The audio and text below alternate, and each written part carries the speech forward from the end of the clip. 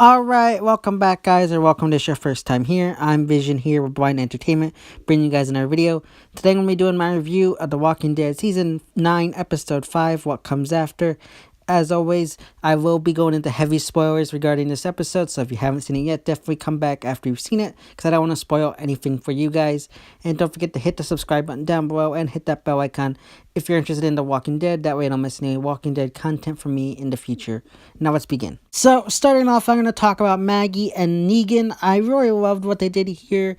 I will say, though, I feel like they could have put it in last week's episode. I feel like this kind of cut into too much of Rick's final episode. I feel like since this was also Maggie's last episode, they wanted to kind of give Maggie the scene, and I just feel like it kind of felt like it was cutting in on Rick's last episode. I feel like they could have chopped up some of the Michonne and Negan stuff last episode and given us this Maggie and Negan stuff last episode. I think that would have worked out a lot better in this episode. I just feel like it kind of cut into some of the, like, is exciting stuff going out of Rick in this episode that I feel like it was overshadowed a bit and it wasn't as good as it should have been. But I think it definitely came out good. They rushed some stuff that happened in the comics early, which I did really like. I know people are asking, like, Negan really wants to die this quickly. I mean, don't forget he's in solitary confinement. People like that lose their minds pretty quickly in solitary in the real world nowadays. So in the apocalypse, it's not unrealistic that he would probably want to die already being in solitary. So I really liked it. Great performances from Jeffrey Dean Morgan and Warren Cohan. I really hope Lauren comes back. I think she's a great actress, and I just really am hoping that they don't lose her due to everything going on behind the scenes. I really enjoyed her in this episode with her last appearance for the season, or for right now, but I just can't wait to see if they get her back, what they do with her in the coming seasons with Maggie and other storylines from the comics. Next, let's move on and talk about Rick. So we start off Rick's last episode, of course, of the scene with him in the hospital from the trailer. And you got a Season 9 Rick talking to a Season 1 Rick, telling him to wake up. This is probably one of the more weaker of the 5 hallucinations. Not much really happened. And then Rick wakes up and climbs on his horse and begins trying to lead the herd away. Now, I like how they transition these scenes here with him getting off the rebar and him leading the horse away. So you got him on his horse, he's leading the walkers away, he's losing a lot of blood, and he begins hallucinating. And I like how they transitioned him hallucinating when you got him, riding on the horse through the city. I really like how they did that. And then eventually he comes to a cabin and he rests. And during his resting, he hallucinates seeing Shane. And I really did enjoy the hallucination between him and Shane. It was a good final scene between the two of them. And I really like how they used the dynamics between the two. Like how they, made jokes about, each other and talk about Judith and everything about the accident. I really like how that came off. And I really like how in the behind the scenes stuff with Talking Dead, Andrew Lincoln mentioned how each hallucination was kind of like the Wizard of Oz kind of thing. I really like how they did that and how Shane represented courage. Really, really enjoyed that. Great scenes there. And then he gets attacked by walkers in the house and he has to escape. And I really love how they built up the tension there. And he got the walkers chasing after him and he rides off. And then again after a while, you see him begin to hallucinate. And this time, he sees Hershel. Now, I'm gonna probably have a issue here. Hershel was one of my favorite hallucinations, but at the same time, it was probably one that I really didn't like at the same time. I know it probably sounds a little weird. I liked it because I love seeing Scott Wilson. It was his last time ever as a film credit, so I really like that. The scene was amazing, and I love, for anybody out there who didn't catch it, I love how I got that scene from the comic. Now, for those of you who don't know, in the comic, right during the prison attack, Hershel tells Rick he doesn't worry about Maggie. He knows she's strong and can take care of herself. I don't think we ever got that in the TV show prior to this moment, so we kind of get it here. So I like how they finally gave that moment, and it was a good comic callback. I really like how they did that. My one con with the Hershel scenes, though, would have to be the fact that it seemed a little bit too much like he was in heaven. I don't know. I don't like it when they put God or whatever in a show where it shouldn't be, in a sense. Like, I get it. we all have our own belief systems, but I feel like unless it's been established, like in a show like Preacher, don't put it in there because I feel like it breaks a little bit the immersion. I know we all have our own beliefs, but I kind of feel like media and entertainment should kind of keep it out unless, like I said, it has to do with the story, like with Preacher. But overall, I think it was a very strong scene, and I really love what they did with Hershel, for especially with Scott Wilson's last acting credit here. So then we move on, and Rick gets back on the horse and continues riding off, and then he begins blacking out again and hallucinating. And we get the scene where he's back at the hospital, and he's walking down the hallway, and he gets to the door where it says "Don't open" dead inside, and he goes through like I predicted, and you got this pile of bodies. Love the scene, love seeing them bring that comic scene to life, or comic cover to life. I really love how they did that. Beautiful, incredible scene. And the one thing I was worried about, and it came true in this episode, is the Sasha hallucination fell off. I feel like they were going for something. It just didn't fit, in my opinion. I feel like they were going for a friend here, but it just kind of fell off. I think it would have been better if they were able to get Gwen's actor to come back and have Gwen here. Even the way Sasha turns and says, "Hey," to Rick, I think it would have been better if they did that callback where it was Gwen standing up and he was like, "Hey, dumbass," or whatever. I think that would have been an amazing scene. It would have been so incredible, in my opinion. I would have loved that if they were able to get Gwen back. I don't totally understand the issues behind why Steven Yeun won't come back, but I think it would have been a perfect scene here if it was Gwen instead of Sasha. Especially since Gwen has more of a relationship with Rick than Sasha ever did. So I just wish they had done something different. I understand the message they were getting across here. I don't know, it just didn't feel like it fitted with Sasha and Rick since they didn't have much screen time together. But overall, it was okay. Nothing too bad. I feel like it was probably a weaker hallucination, but definitely I still enjoyed it. Then we get Rick getting back at the camp, and he finds it destroyed and deserted, and he's barely able to like get himself up off the ground. He's like barely able to like carry himself, and he's trying to defend himself against these walkers. Now, in case anybody's interested, there have been confirmations of some characters that we know died. One of the Oceanside girls, Kathy, died, and one of the saviors, Norris, died. I had a feeling someone was gonna die here, and I was pretty sure I got it correct when I did my death predictions video.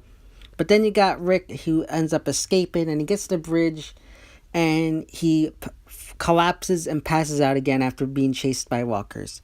Now, this is where he has his final hallucination regarding the group coming to save him.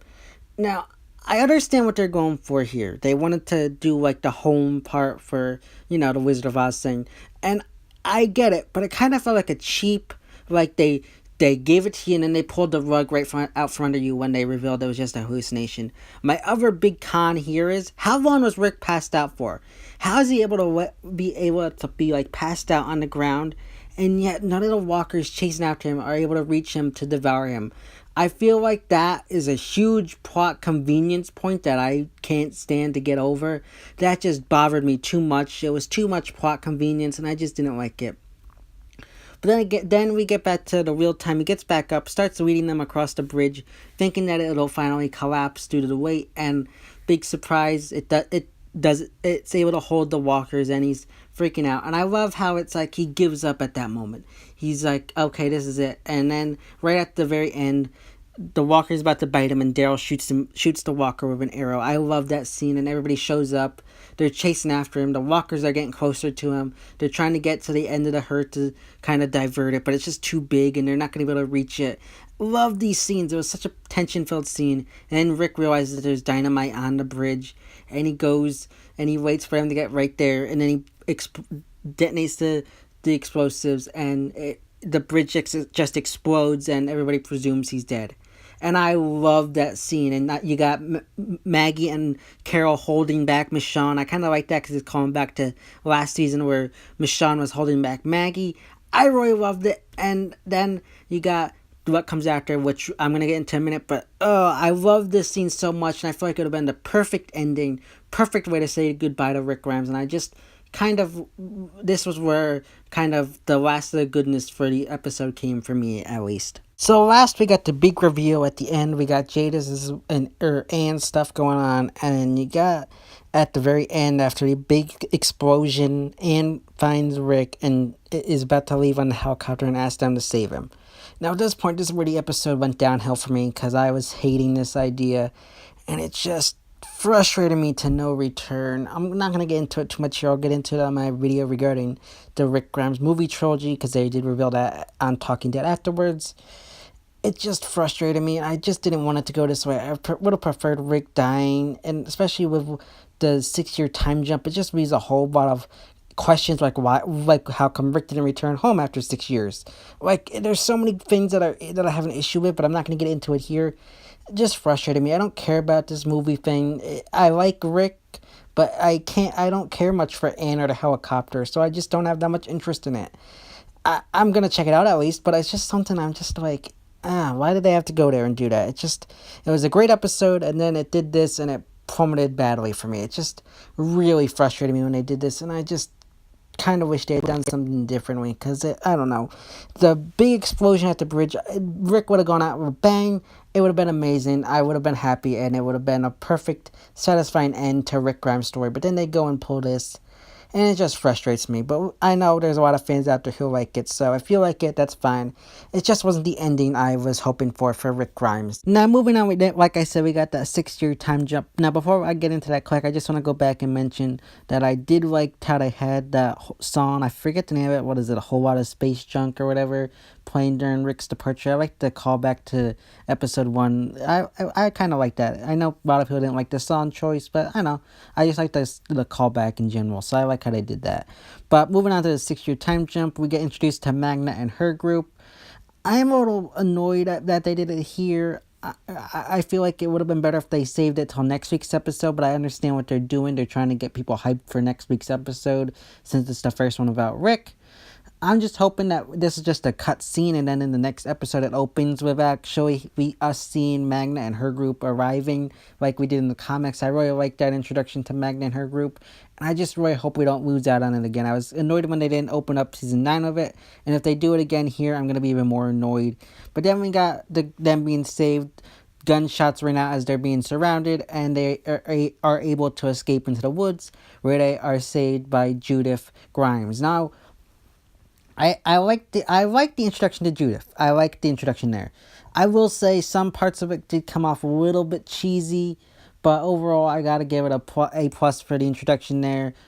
One con I do have is, how does she have Rick's gun? I know people will say, oh, they found it, but I would have imagined it would, one, it would either be with Rick, or two, when Rick shot the bridge, it like flew out of his hand. Like the odds of them finding it just seem almost illogically capable of happening, that it just feels like plot convenience. So that just kind of bothered me. Also, another thing I'm curious about is, how is a girl like her, now this isn't me being sexist or anything, but how is she able to handle like a gun like that? From what I've heard from people, is that's a high caliber gun. Takes a lot of power.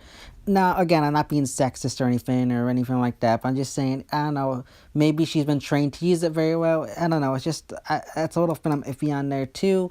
But overall, I thought it was a great ending episode. I will say I'm still disappointed that they didn't kill off Rick. I'll get more into it in my video regarding the Rick movie trilogy, but I'm just not as into that as I was hoping to be. This is just something that I don't know, it's just, I'll get into it better, but overall for this episode, I feel like I'm going to be in the minority here, but I'm going to maybe give it a 7 out of 10, just due to the annoyance of how they did the helicopter thing.